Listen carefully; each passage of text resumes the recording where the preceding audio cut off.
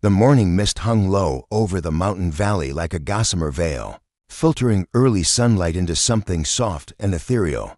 Mira Chen breathed in the crisp air, her breath forming small clouds as she made her way down the familiar trail toward her research plots. At 28, she had spent the better part of a decade studying the unique ecosystem of this remote valley, documenting plant species that existed nowhere else on Earth. Her grandmother had left her this land too, 100 acres of pristine wilderness tucked away in the Cascade Mountains, accessible only by hiking trail or helicopter. It was the perfect place for someone who preferred the company of growing things to the chaos of human civilization. She was checking overnight moisture levels in her experimental garden when the sky exploded with light. A streak of silver fire tore across the morning sky, leaving a trail of sparks and strange, shifting colors that seemed to bend reality around them. The object spiraled downward with a sound like singing crystal mixed with electronic music. It crashed into the forest about half a mile from her cabin, sending up a pillar of steam that glowed with inner light. Mira grabbed her first aid kit and hiking gear out of pure instinct. In this remote area, she was often the first responder to accidents, but as she jogged toward the crash site, following the trail of broken branches and strange, sweet-smelling smoke, she couldn't shake the feeling that this was unlike anything she'd encountered before. The crash site was a circular clearing that hadn't existed an hour ago. Trees lay scattered like dropped matchsticks, but they weren't broken. They looked like they'd been gently pushed aside by invisible force. At the center sat something that definitely wasn't from Earth. The craft was roughly spherical but seemed to shift and flow like liquid mercury held in a soap bubble. Its surface reflected not just the surrounding forest, but also colors and patterns that belonged to no earthly spectrum. Steam rose from it, carrying scents of ozone, flowers, and something that reminded Mira of moments just before lightning strikes. And beside the craft, collapsed among ferns and wildflowers, was a figure that made her heart skip several beats. He appeared humanoid at first glance, 2 arms, 2 legs, a torso, and head in familiar proportions. But his entire body seemed composed of shifting, translucent energy that occasionally solidified into something resembling flesh. His skin moved between silver, blue, and pure white light, while his hair floated around his head like he was underwater. When he breathed, tiny sparks of electricity danced across his chest. As Mira approached cautiously, his eyes opened. They were the color of storm clouds shot through with lightning, and they held an intelligence that was unmistakably conscious and terrifyingly alien. "Please," he said, and his voice was like wind chimes caught in a gentle breeze.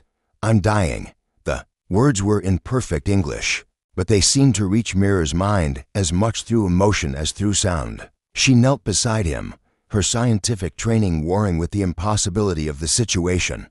What are you?" she asked softly, pulling off her jacket to cover him. The moment the fabric touched his skin, it began to glow faintly. "My name is Zephyr," he said, struggling to keep his form stable. "I'm from Nimbus, in what you call the Horsehead Nebula.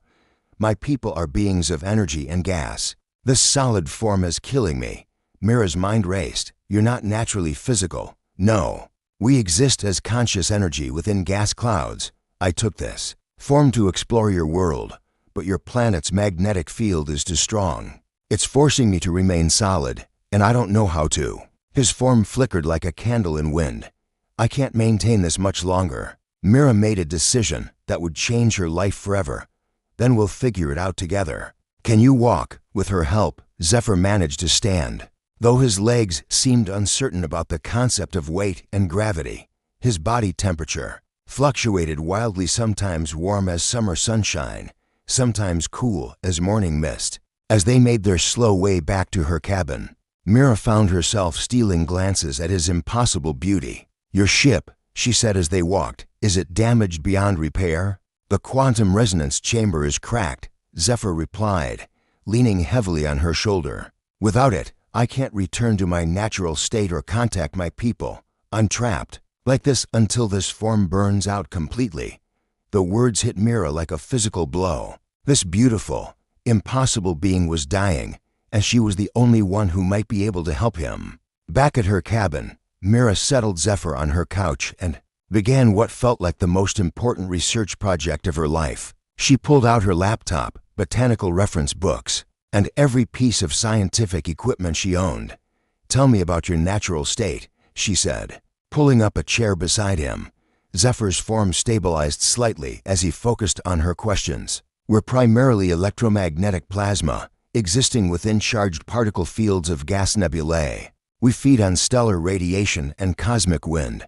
Our consciousness flows through ionic streams, like bioelectricity," Mira murmured, making notes, "but on a massive scale. And Earth's magnetic field is forcing you to maintain physical form.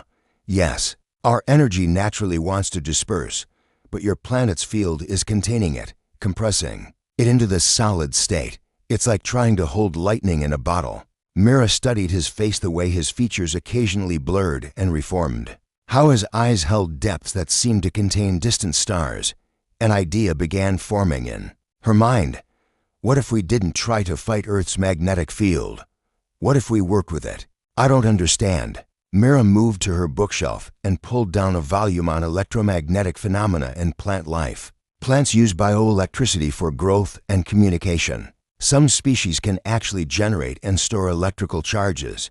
If we could create a symbiotic relationship between your energy and Earth's electromagnetic environment, she trailed off, realizing how impossible it sounded. But Zephyr was looking at her with something that might have been hope. "You think I could learn to exist in harmony with your planet's field instead of fighting it?" "I think," Mira said carefully, "that adaptation is the fundamental principle of life. Maybe you can learn to flow with terrestrial forces the same way your people learned to flow with cosmic ones." When Zephyr smiled, his entire being seemed to illuminate with possibilities neither of them had imagined.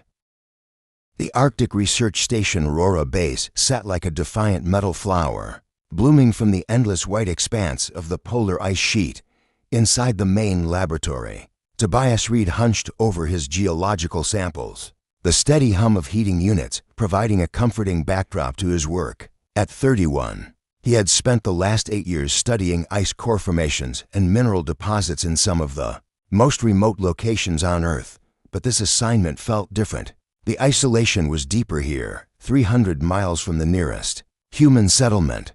His only company was the automated weather systems and the occasional radio check-in with headquarters. Most people would find the solitude crushing, but Tobias had always preferred the honest conversation of rocks and ice to the complexities of human relationships. The storm had been building for 2 days, winds howling across the ice field at speeds that made even his reinforced station shudder. He was cataloging mineral samples when the proximity alarms started screaming. Something large was falling through the blizzard toward his station. Tobias pulled up the external cameras, squinting through the snow and static at a shape that definitely wasn't a supply drop or weather satellite. The object was crystalline, faceted like a massive gemstone, and it was spinning end over end as it plummeted toward the ice field. When it hit, the impact sent tremors through the ground. That registered on his seismic equipment. Emergency protocols demanded that he stay inside during the storm, but the object had crashed less than half a mile from his station. If it was some kind of aircraft, there might be survivors who wouldn't last long in the sub-zero temperatures outside. Tobias suited up in his extreme weather gear and ventured into the howling wind. The cold bit through his thermal layers like living teeth, and the blizzard reduced visibility to mere feet. He followed his GPS coordinates and the faint glow he could see through the snow, a light that pulsed with colors he'd never seen in nature. What he found defied every geological principle he'd ever studied. The crashed object wasn't metal or composite materials, it was pure crystal, but crystal that seemed to generate its own light from within. The structure was roughly egg-shaped and twice the size of his research station, with faceted surfaces that caught and reflected the aurora borealis overhead in impossible ways. Steam rose from where the warm crystal met the frozen ground, creating a small microclimate of relative warmth in the Arctic wasteland. And moving weakly inside the translucent walls was a figure that made Tobias question his sanity. She appeared humanoid but was clearly not human. Her body seemed to be composed of living crystal, not quite transparent, not quite opaque, but something in between that caught and refracted light in mesmerizing patterns. She was tall and elegant, with features that were both alien and beautiful. But as Tobias watched, he could see fractures spreading across her crystalline skin like stress cracks in ice under pressure. The ship's wall was thin enough that he could see her clearly, and when their eyes met through the crystal barrier, he saw intelligence, pain, and something that looked like resignation. She was dying. Tobias found what appeared to be an access panel and began working to open it. The crystal surface was warm to his touch even through his insulated gloves, and it responded to pressure in ways that reminded him of both mineral formation and biological tissue. After several minutes of careful manipulation, a section of the wall dissolved like melting ice, allowing him inside. The interior of the craft was like being inside a geodicrystal formations covered every surface, pulsing with gentle light that cast rainbow patterns everywhere. The air was warm and dry, carrying scents of ozone and something metallic yet pleasant. The crystalline being lay on what might have been a control surface or a bed. It was hard to tell where technology ended and biology began in this place. Up close, Tobias could see that the fractures in her skin were spreading, tiny fissures that leaked light like glowing blood. "Please," she said, and her voice was like wind through ice caves, hauntingly beautiful but clearly strained. "I need cold. Your world is too warm." Too warm? Tobias looked around the Arctic environment and almost laughed at the absurdity. "This is one of the coldest places on Earth. Still too warm." She whispered, "My people come from glacialis, where the surface temperature never rises above negative to 100 degrees. I'm burning up in your heat." Tobias's geological training kicked in. "You're silicon-based life, aren't you, like living crystal?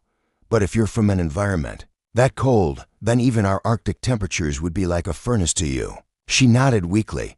"My name is Krista.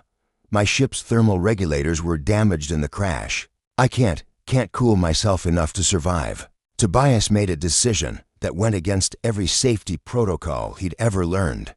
"Then we'll have to improvise." He helped Krista to her feet, noting how her body radiated heat like a living furnace even as she complained of burning. Her touch was warm enough to melt the ice on his gloves, but not so hot as to cause immediate injury. Together, they made their way through the blizzard back to Rora Base. Inside his laboratory, Tobias quickly cleared space in his largest specimen freezer, a unit designed to keep ice core samples at negative 40 degrees Celsius. It wasn't anywhere near cold enough for Krista's needs, but it was a start. "This might help temporarily," he said, opening the freezer door, "but we need a better solution." Krista stepped into the freezer compartment with visible relief, the fractures in her crystalline skin beginning to slow their spread. "Better," she sighed, "but still not cold enough for healing." Over the next several hours, Tobias found himself engineering solutions he'd never imagined. He rigged a cooling system using liquid nitrogen from his geological analysis equipment, creating a small chamber that could reach temperatures approaching Krista's comfort zone. She guided him through the process, her knowledge of crystalline physics complementing his understanding of thermal dynamics. "Your species adapts quickly," Krista observed as they worked together. "Most beings would have fled rather than help. Most beings probably haven't spent 8 years studying ice formation." Tobias replied, adjusting the cooling coils. "Besides, I've always found that understanding different structures, whether mineral or biological, is just a matter of observing patterns." When their eyes met across the improvised cooling chamber, Tobias felt something shift in his chest like ice crystals, forming in new configurations. Krista's features were alien but undeniably beautiful, and there was an intelligence in her gaze that spoke of depths he wanted to explore. "Thank you," she said softly, as the temperature finally reached levels that allowed her crystalline form to begin self-repair. "You may have saved my life. We saved each other," Tobias replied, watching the fractures in her skin heal with crystalline precision. "I was starting to think I preferred the company of rocks to people, but maybe I just hadn't met the right person yet." When Krista smiled, her entire being sparkled like starlight on fresh snow, and Tobias realized that sometimes the most beautiful discoveries happened in the coldest, most isolated places. The research station on Coral Haven Island floated like a modern-day paradise. In the crystal-clear waters of the South Pacific, Ocean Delmer surfaced near the dock with practiced grace, pulling off her diving mask and breathing apparatus as she emerged from her morning dive. At 29, she had spent most of her adult life studying marine ecosystems, but this assignment felt like coming home. The island's lagoon was a natural laboratory, pristine coral reefs, teeming with life that existed nowhere else on Earth. Her research focused on bioluminescent algae and their symbiotic relationships with coral polyps, work that required her to spend hours each day diving in waters so clear they seemed like liquid air. Ocean loved the silence beneath the waves. The way sound became something felt rather than heard. How light danced through water in patterns that changed with every current. She had always felt more at home in the ocean than on land, more comfortable breathing through apparatus than trusting her lungs to process air. She was cataloging specimens in her floating laboratory when the water around the station began to glow. At first, Ocean thought it was a massive bloom of bioluminescent plankton, not uncommon in these waters during certain tidal conditions, but the light was too organized, too purposeful. It moved through the lagoon in spirals and patterns that suggested intelligence rather than random biological response. Then she saw the ship. It wasn't like anything in her marine biology textbooks. The vessel appeared to be grown rather than built, its hull resembling living coral that pulsed with soft blue-green light. Organic curves flowed seamlessly into functional structures, and what might have been propulsion systems looked more like the gill slits of some massive sea creature. The ship was sinking, trailing streams of luminescence as it settled toward the lagoon floor. Through the translucent hull sections, Ocean could see movement, a figure that seemed to be struggling with increasing desperation. Without thinking, Ocean grabbed her diving gear and plunged into the water. The ship had settled on a shallow reef about 60 feet down, well within her free diving capabilities, but deep enough to require careful attention to pressure and oxygen. As she approached the vessel, she could see the being inside more clearly. He was unmistakably aquatic in design, streamlined and graceful, with skin that seemed to shift between scales, and smooth flesh depending on the angle of the light. His hair floated around his head like kelp fronds, and when he moved, it was with the effortless precision of a creature born to water. But something was clearly wrong. His movements were becoming sluggish, and the bioluminescent patches on his skin were fading. Ocean found what appeared to be an airlock and managed to cycle it open. Through a combination of intuition and basic engineering principles, the interior of the ship was flooded, which seemed intentional. But the water inside had a different quality, thicker, with a faint iridescence that suggested complex mineral content. The aquatic being floated near what might have been a control panel, his beautiful features twisted with pain when he saw Ocean. His eyes widened with surprise and something that might have been hope. "You can breathe water?" he asked, his voice carrying perfectly through the liquid medium with harmonics that resonated in Ocean's chest. Ocean activated her diving communicator, a device that converted her speech into underwater sound waves. "I'm using artificial breathing apparatus. Are you injured?" "My name is Reef," he said, swimming closer with movements that were poetry in motion. "I'm from Tidal, a water world in the Aquarius cluster. My ship's filtration systems failed during atmospheric entry.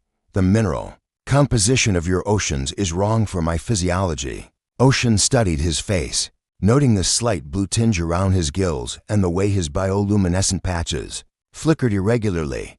"You're being poisoned by our water." "Not poisoned exactly, but your oceans lack the trace minerals my people need to process oxygen effectively. It's like breathing air that's too thin. I'm slowly suffocating." Ocean's marine biology training kicked into high gear. "What specific minerals? What's your world's water composition like?" As Reef described Tidal's ocean chemistry, rich in rare earth elements and exotic compounds that didn't exist naturally on Earth, Ocean began formulating possibilities. Her research station had extensive water processing equipment, and her specimens included samples from some of the most mineral-rich waters on the planet. "I might be able to help," she said, "but we need to get you to my laboratory." Getting Reef from his ship to her floating research station proved to be an exercise in improvised marine biology. Ocean rigged a portable water recycling system to create a temporary habitat that could maintain Reef's needs during transport. She had to make 3 trips, carrying equipment and water samples. Before she felt confident enough to move him, Reef swam beside her with obvious effort, his natural grace compromised by the alien ocean chemistry.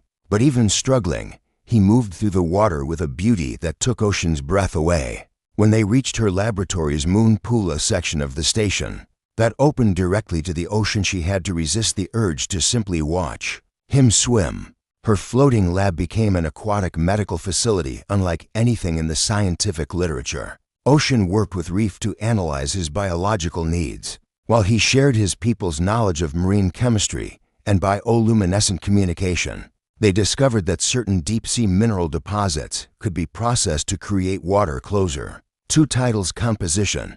Your knowledge of ocean ecosystems is remarkable. Reef observed as they worked together in the modified pool she'd created for him. My people are aquatic, but we've forgotten much about the delicate balance of marine life. We take our world's perfection for granted. Every ocean tells a story, Ocean replied. Adjusting the mineral balance in his habitat, the chemistry, the currents, the life forms, they're all connected in ways we're still discovering. When their hands touched underwater while adjusting the filtration equipment, Ocean felt a jolt of connection that had nothing to do with bioelectricity. Reef's skin was smooth and warm, scaled in some places and dolphin-soft in others. His touch was gentle but sure, and when he looked at her through the clear water, she saw depths in his eyes that reminded her of ocean trenches, mysterious and inviting. You've given me life, Reef said softly, his bioluminescent patches now glowing with steady, healthy light. But more than that, you've shown me how beautiful it can be to discover new depths with someone who truly understands the water. As they floated together in the modified pool, surrounded by the gentle hum of filtration systems and the play of sunlight through water, Ocean realized she had found something she hadn't known. She was looking for a love as deep and boundless as the ocean itself. The mountain observatory sat perched on the edge of the world, its dome reaching toward stars that seemed close enough to touch in the thin air. Nova Park adjusted the massive telescope's position with practiced precision, her breath forming small clouds in the chilly night air of the control room. At 32, she had spent the better part of a decade studying stellar phenomena from this isolated outpost. But tonight felt different. The automated systems had detected unusual gravitational anomalies in the local space around Earth, fluctuations that suggested something large was approaching the solar system. Nova had volunteered to take the overnight shift, partly out of scientific curiosity and partly because she genuinely preferred the company of distant stars to the complications of human relationships. Her small living quarters adjoined the observatory, complete with a kitchen where she'd developed a passion for cooking that matched her love of astronomy. There was something satisfying about creating perfect dishes with precise measurements and timing. Not unlike the mathematical elegance of celestial mechanics, she was reviewing spectral analysis data when the sky began to change. What started as a faint distortion in the constellation Andromeda quickly became something unprecedented. Space itself seemed to ripple like water, and through the telescope, Nova watched a craft emerge from what could only be described as a fold in reality. The vessel was organic in design, with flowing lines that resembled a massive leaf or flower petal. Its surface seemed to absorb starlight rather than reflect it, creating a dark silhouette against the cosmic background. The ship was clearly in distress.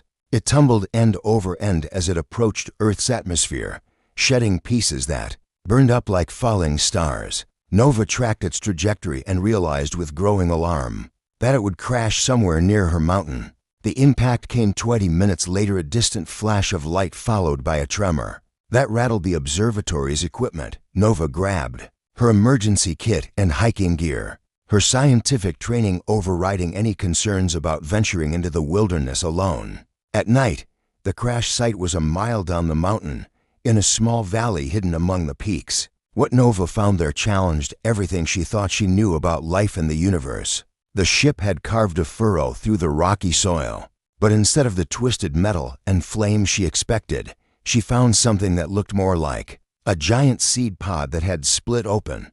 The hull was composed of what appeared to be woody, bark-like material interwoven with structures that resembled leaves and vines. Bioluminescent sap leaked from cracks in the surface, pooling in patterns that glowed with soft green light. And emerging weakly from the wreckage was a being that took Nova's breath away. She was humanoid in basic structure, but clearly plant-based. In biology, her skin had the smooth, green-tinged quality of living wood, while her hair resembled flowing willow branches that moved with their own subtle breeze. Delicate leaf-like structures grew along her arms and shoulders, and when she breathed, tiny flowers bloomed and faded across her chest in rhythm with her respiration. The plant being looked up at Nova with eyes the color of new spring leaves, and when she spoke, her voice was like wind through a forest canopy. "Please," she whispered, her words carrying the scent of growing things and fresh rain.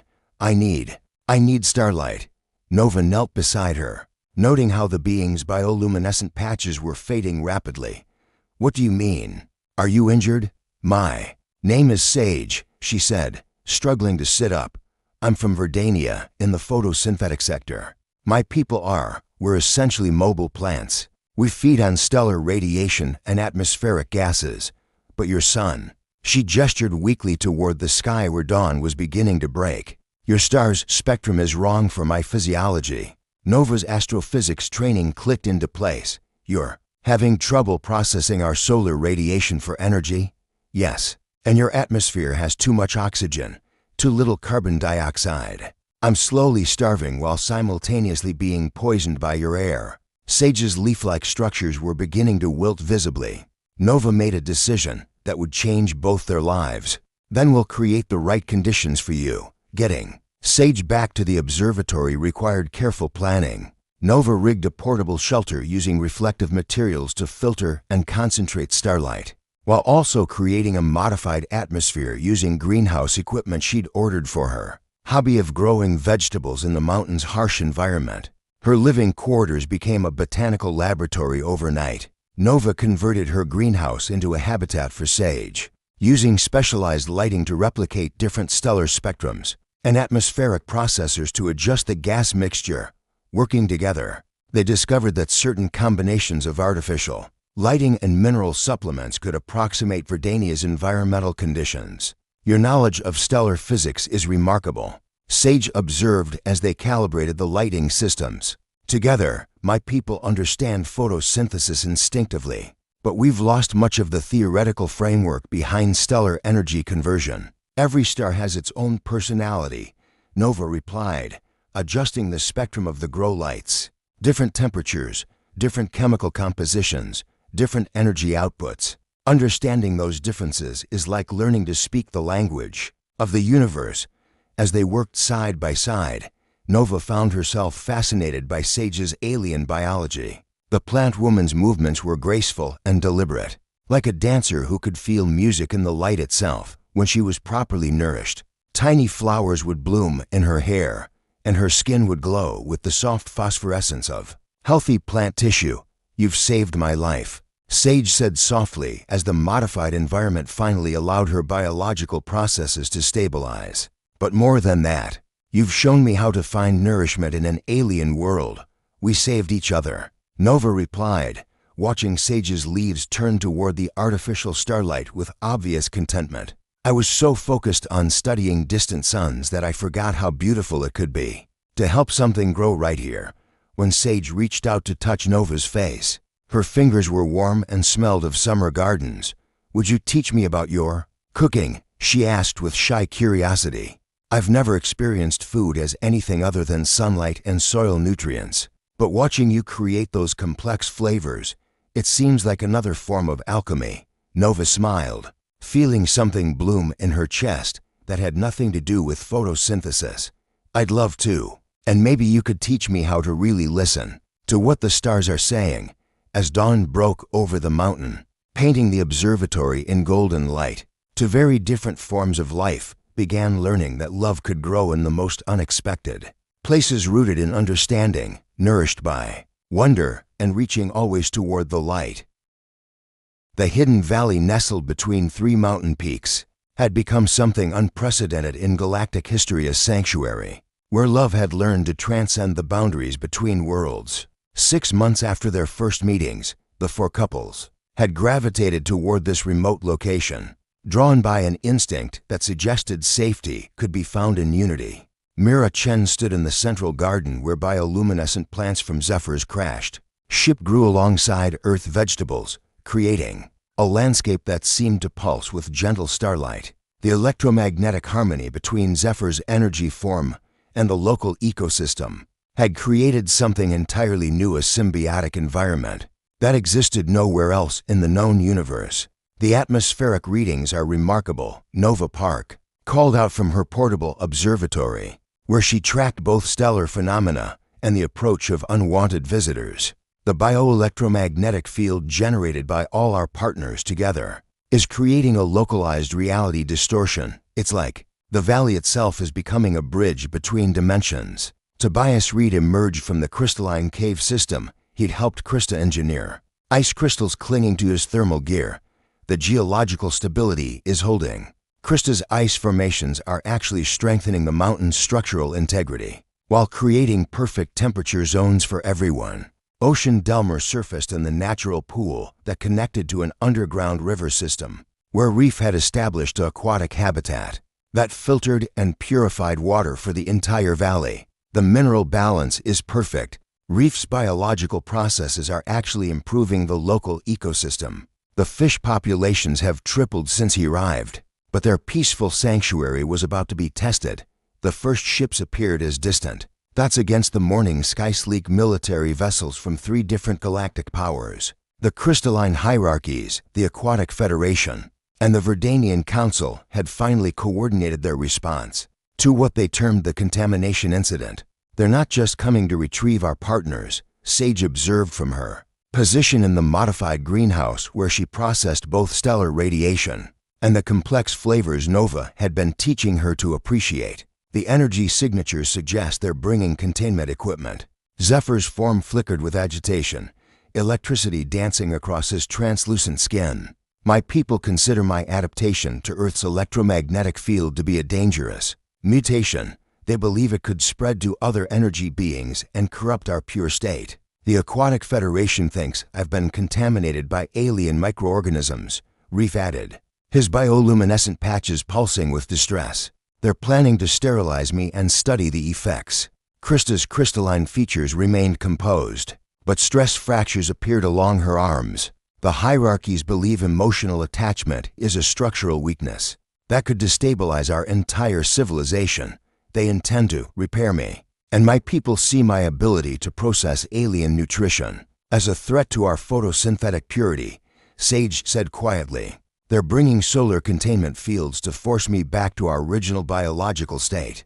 The humans exchanged glances that conveyed both determination and desperation. They had found something unprecedented, love that transcended species, consciousness connecting across evolutionary paths never meant to intersect. They wouldn't give it up without a fight.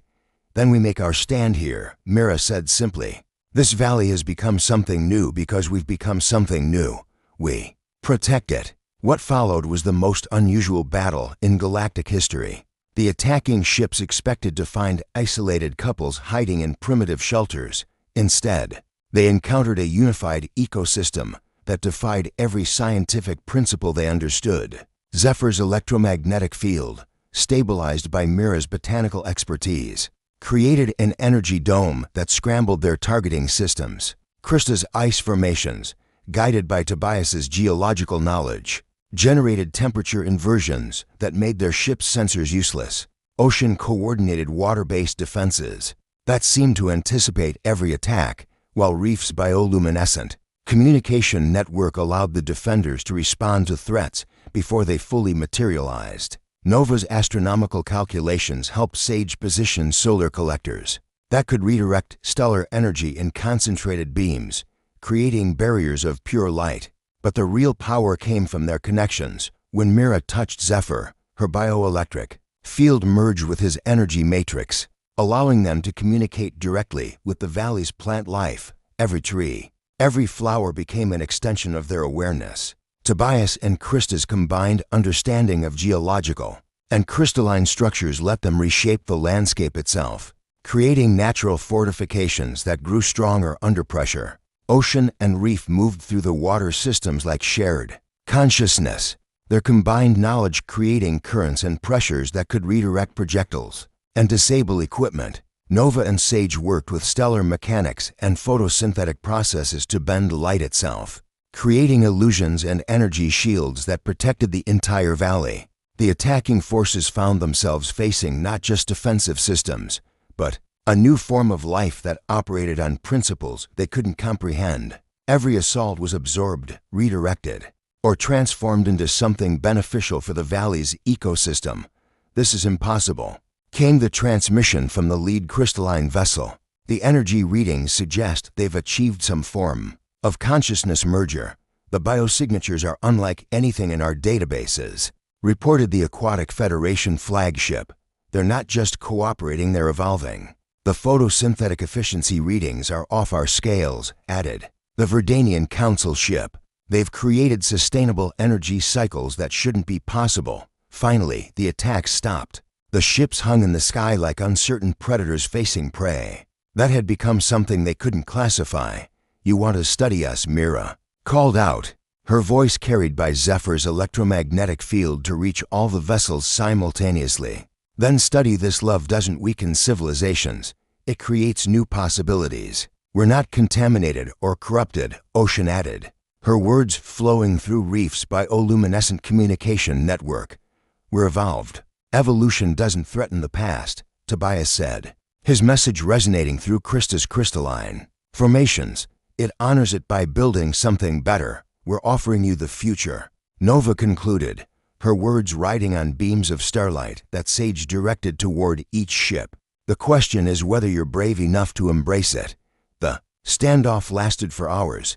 Then, slowly, one by one, the attacking ships began to withdraw, not in defeat, but in recognition that they had encountered something beyond their current understanding, something that required study rather than destruction. As the last ship disappeared beyond the horizon, the four couples stood together in their impossible valley, surrounded by an ecosystem that pulsed with the rhythm of 8 hearts beating in harmony. Across the vast distances between worlds, they had done more than survive. They had created proof that the universe was vast enough for love to take any form it chose, and that the most beautiful things happened when different forms of consciousness learned to nurture each other. Their valley would become a pilgrimage site, a place where beings from across the galaxy came to study the mathematics of love and the science of connection. But that was tomorrow's story, or tonight. They simply held each other under alien stars and familiar constellations, knowing that they had written a new chapter in the cosmic story, one that proved love was indeed the most powerful force in any universe.